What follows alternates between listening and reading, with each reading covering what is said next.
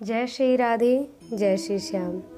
अब हम आगे की कथा वर्णन करते हैं। तो गुरु गोरखनाथ जी और चौरंगी नाथ जी जब चारों ओर ढूंढने लगे जंगल में कि मेरे गुरु के तन के टुकड़े कहाँ हैं, लेकिन जंगल में अगर मच्छिंद्र नाथ जी के टुकड़े हों तभी तो मिले। अब मन में विचार किया, सारा जंगल ढूंढ देखा लेकिन कहीं भी कुछ अंश ना मिला। तो सोचा कि अब तो शिव जी के ही शरण में चलते हैं और उन्हीं से ये कृपा प्राप्त होगी। शिव जी के चरण में जाने का विचार कर रास्ता पकड़ लिया प्रभु शिव के चरणों के द्वार तक जाने का। अब बीच मार्ग में जा रहे थे तो गुरु गोरखनाथ जी को बड़ी ज़ोर से भूख लगी, प्यास भी लगी, भूख भी लगी।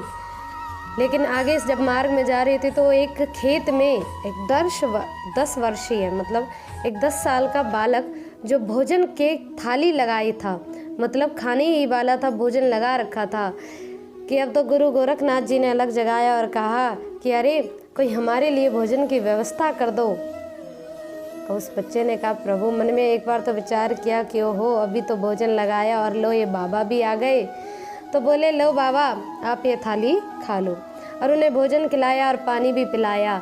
अब इधर गुरु गोरखनाथ जी बड़े प्रसन्न हुए और कहा कि तुमने हमें भोजन दिया है, पानी दिया है, तो अब हम तुम्हें कुछ देंगे। वो बच्चा हंसा और कहने लगा, 10 साल का बच्चा था, हंसते हुए कहा कि प्रभु आपके पास खुद तो कुछ खाने को है नहीं, दूसरों से मांग मांग कर खाते हो और अब आप कहते हो कि आप हमें दोगे। आप क्या दे सकते हो हमें जब आपके पास स्वयं ही खाने को कुछ नहीं है। गुरु गोरखनाथ जी बोले नहीं नहीं, हम तो तुम्हें कुछ ना कुछ देंगे। फिर बोले वो बच्चा फिर कहने लगा कि अरे महाराज आप क्या दे सकते हो, मैं आपके पास कुछ नहीं और मुझे आपसे कुछ चाहिए भी नहीं।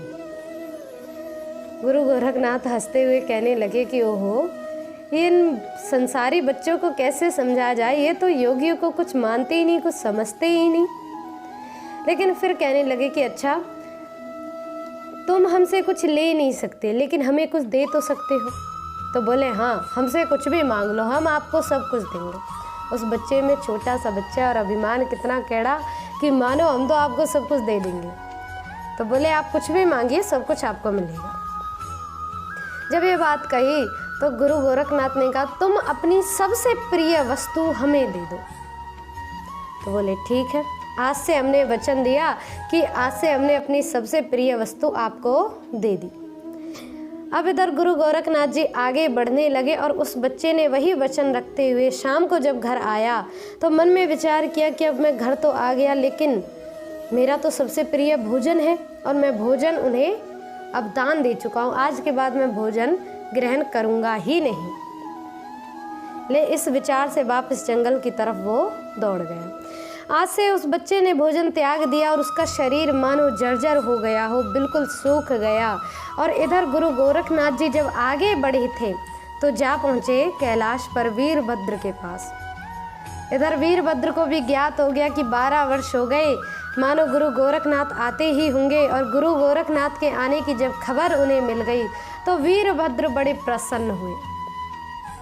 लेकिन कई वीरभद्र के जो साथ रहने वाले गण थे वो समझाने लगे प्रभु इनसे आप कोई झगड़ा ना करना, जैसे टुकड़े मांगे वैसे के वैसे दे देना, क्योंकि प्रभु पहले इन्होंने हमारी बहुत बुरी हालत करी है, वो हम दोबारा अपनी करवाना नहीं चाहते। और प्रभु वो हालत तो मच्छिंद्र नाथ ने की थी, ये तो उनके शिष्य गुरु गोरखनाथ हैं, ये तो एक कदम आगे और हैं, इनकी तपस्या तो और बड़ी है प्रभु, इसलिए आप उनसे कोई विरोध ना करना।